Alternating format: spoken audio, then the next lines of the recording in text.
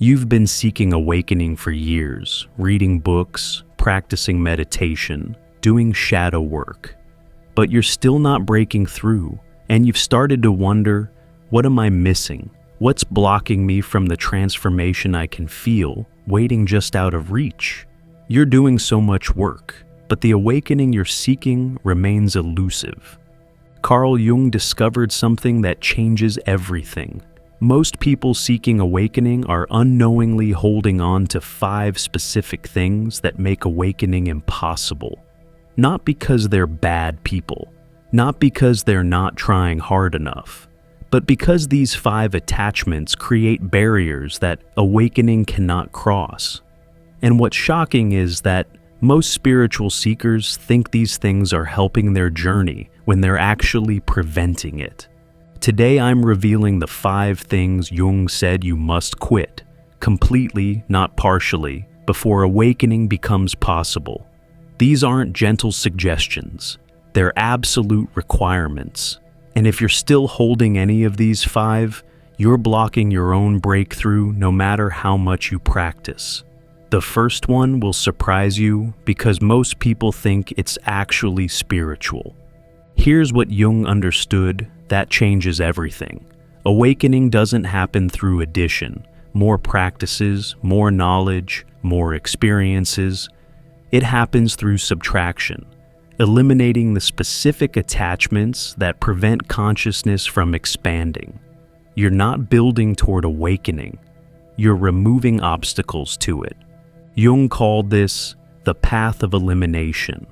And he observed that certain individuals, those with psychological structures capable of deep transformation, were being called to awaken, not chosen by external forces, but chosen by their own soul's demand for deeper consciousness. But even these individuals can awaken while holding on to specific attachments that keep consciousness limited. Most spiritual teachings focus on what to do. Jung focused on what to quit, because he discovered that people who awakened weren't necessarily those who practiced most intensely. They were those who eliminated most completely the attachments preventing awakening. And these 5 things are the most powerful barriers preventing breakthrough.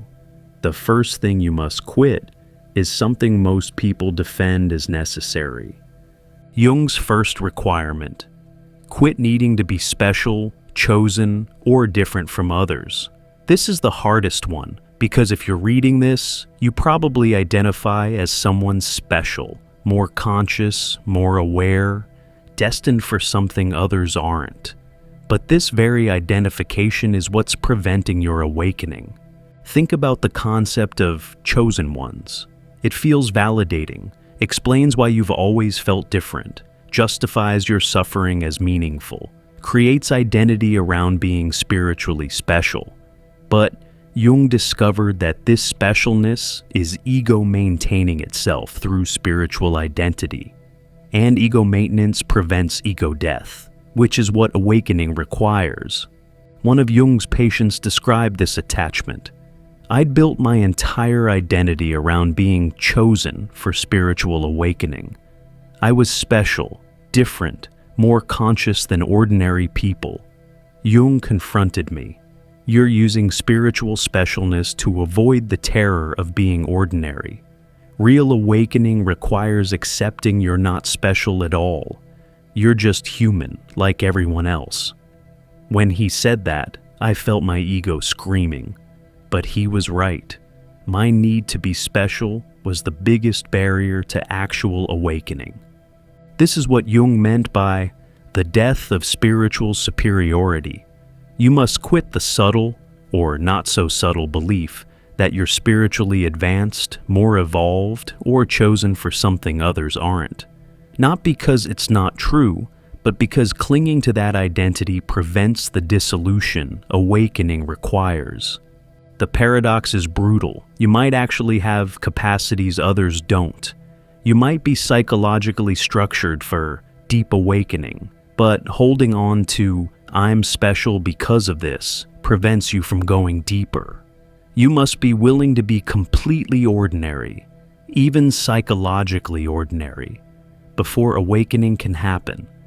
You'll know you're holding this if you compare yourself to unconscious people, if you feel secretly superior in spiritual contexts, if being seen as awakened or chosen matters to you. This isn't humility you need to cultivate, it's attachment you need to eliminate. Quit needing to be special before awakening will touch you. But specialness isn't the only identity attachment. The second thing you must quit is equally challenging. Quit identifying with your wounds, your trauma, your suffering. Not deny what happened to you. Quit making it who you are. As long as you're primarily the wounded one, the survivor, the one who suffered, awakening can't happen because you're maintaining an identity structure that must die for transformation to occur. Think about how you relate to your past. Do you introduce yourself through your wounds? Is your trauma your defining story? Do you bond with others over shared suffering? Do you feel like your wounds make you deep, interesting, or spiritually advanced? If your identity requires maintaining victim status, awakening remains impossible. One of Jung's analyzans described this barrier. I'd spent years in therapy processing my childhood abuse, but Jung pointed out something brutal. I'd made being an abuse survivor my identity. My wounds were my calling card. They made me interesting, gave me depth, explained my sensitivity. He said I had to quit identifying with my trauma, not deny it happened, but stop building my sense of self on it. When I tried, I realized I didn't know who I was without my wounds. That terror was the real work. This is what Jung meant by releasing wound-based identity. Your trauma is real. Your pain matters. What happened to you was wrong, but making it your permanent identity prevents awakening. You must be willing to be someone without that defining wound before transformation can occur. The challenge is that trauma-based identity feels safer than no identity. At least you know who you are as the wounded one. But awakening requires identity death, all identities, including ones built on suffering. You must quit being your trauma before you can discover who you are beneath it. You'll recognize this attachment if your story always centers on what was done to you. If you feel diminished when people don't acknowledge your suffering. If your wounds are your introduction to others. Quit identifying with your trauma, not to minimize what happened, but to stop letting it define who you are. But trauma identity is just one form of attachment. The third thing you must quit affects how you relate to everyone around you. Here's what Jung discovered. You must quit needing people to understand you, validate your path, or recognize your transformation.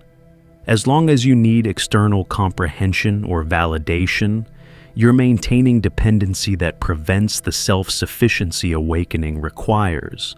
Think about how much energy you spend trying to be understood, explaining your choices, justifying your path, trying to get family or friends to see what you see, feeling hurt when people don't get you, needing validation that you're doing this right.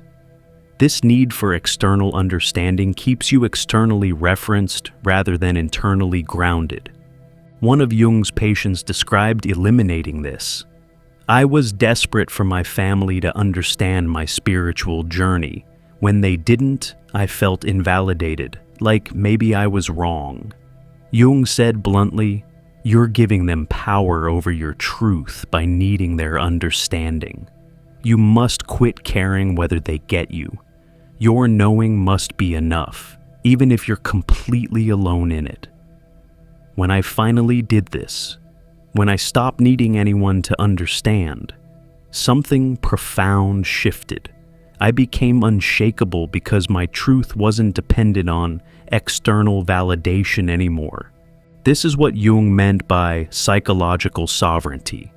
You must quit needing others to understand, validate, or approve of your path. Your knowing must be sufficient even if you're the only one who knows. This isn't arrogance. It's the self-sufficiency required for awakening. The difficulty is that humans are social creatures. We want to be seen and understood. But awakening requires being willing to be completely misunderstood by everyone and still trust your path. You must quit needing others to get you before you can fully trust your own knowing. You'll recognize this attachment if you over-explain your choices, if you feel hurt when people don't understand you, if you need others to validate that you're on the right path. Quit needing anyone's understanding. Your truth must stand alone, with or without external comprehension. But needing understanding is just one form of external dependency.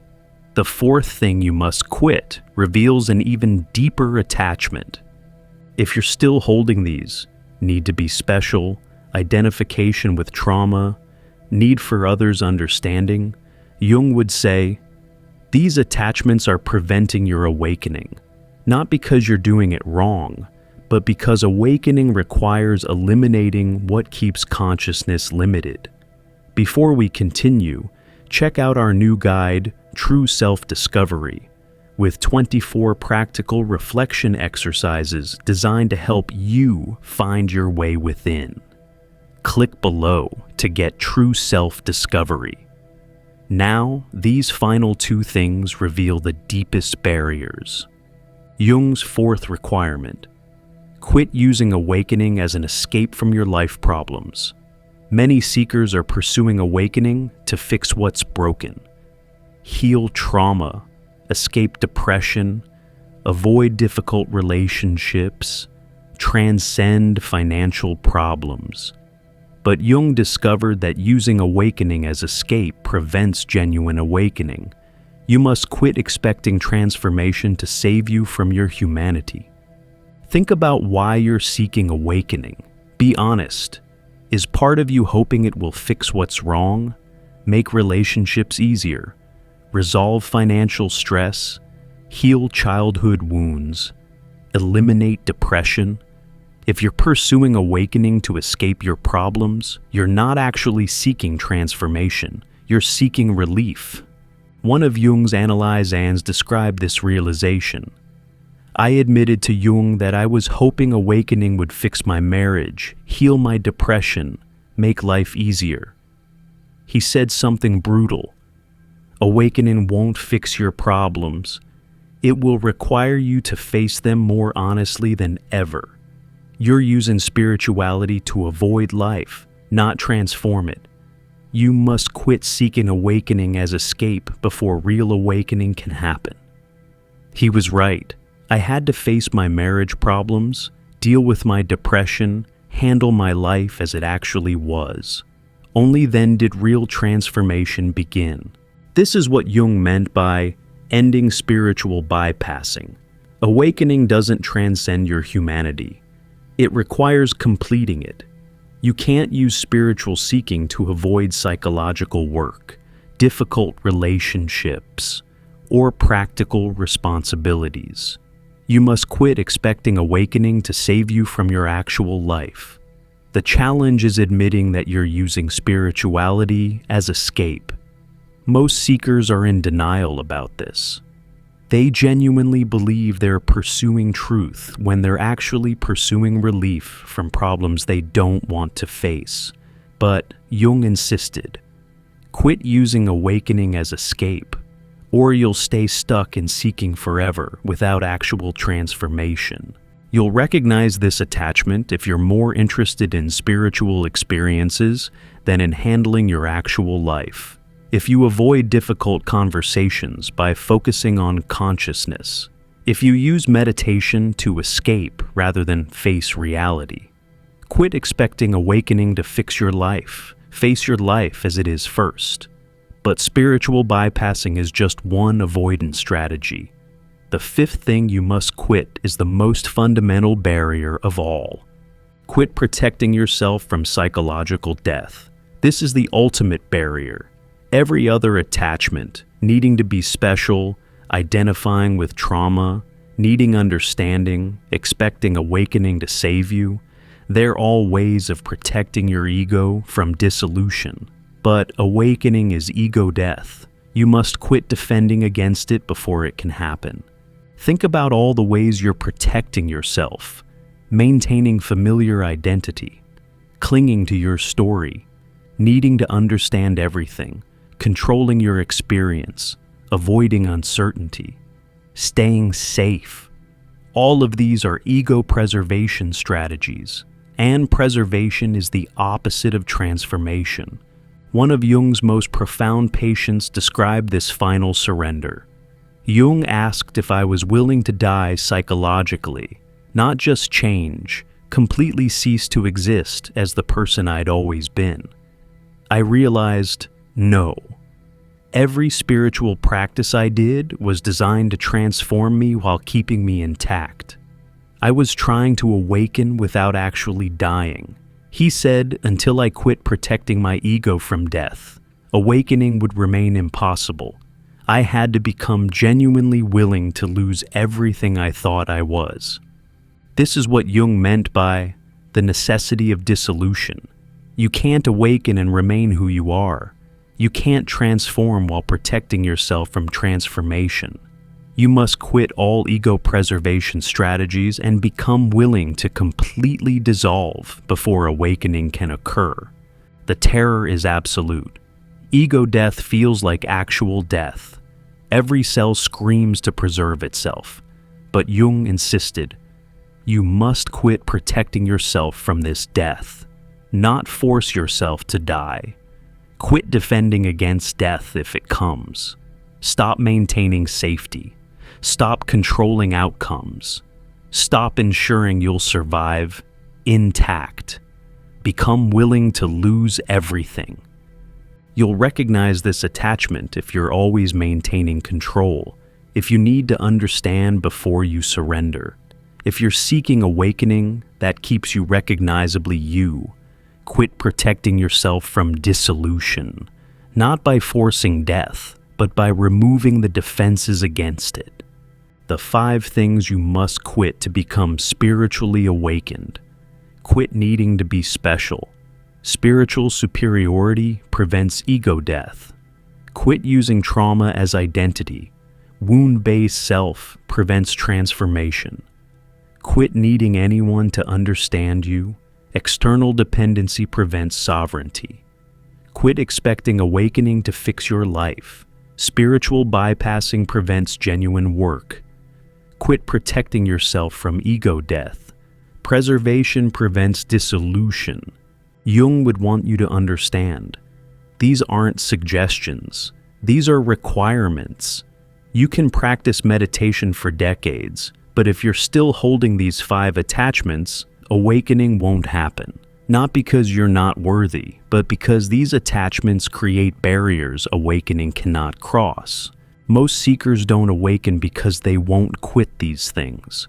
They want awakening that lets them stay special, keep their trauma identity, be understood, escape their problems, and remain psychologically intact. But that's not awakening. That's spiritual fantasy. Real awakening requires quitting all 5 completely. If you recognize yourself holding any of these, especially the need to be special or the fear of ego death, that's where your work is. Not more practices, not more knowledge. Quit what's blocking you. The awakening you seek is on the other side of releasing what you're desperately holding. If you're truly called to awaken, if your soul demands deeper consciousness, Jung would tell you, quit these 5 things. Not reduce them, eliminate them, completely, no exceptions. Quit needing to be special. You're not more evolved. You're just willing to do what most people won't. Quit identifying with your wounds. Your trauma happened, but it's not who you are. Quit needing anyone to understand. Your knowing is enough even if you're alone in it. Quit expecting awakening to save you. Face your actual life instead of escaping through spirituality. Quit protecting yourself from ego death. Become willing to dissolve completely. These eliminations aren't comfortable. They're terrifying. Every attachment you're holding is protecting you from something you fear. But Jung insisted, you can't awaken while protecting yourself. The very defenses keeping you safe are keeping you stuck. If you're genuinely ready for awakening, quit these 5 things. Not tomorrow, not gradually, now. Eliminate the barriers and see what happens when nothing blocks transformation anymore. The awakening you seek might not look like what you expected, but it will be real in ways spiritual fantasy never is. Subscribe to explore Jung's teachings on genuine transformation. To dive even deeper into Jung's revolutionary psychology and what it means for your spiritual awakening, click the recommended video on your screen now.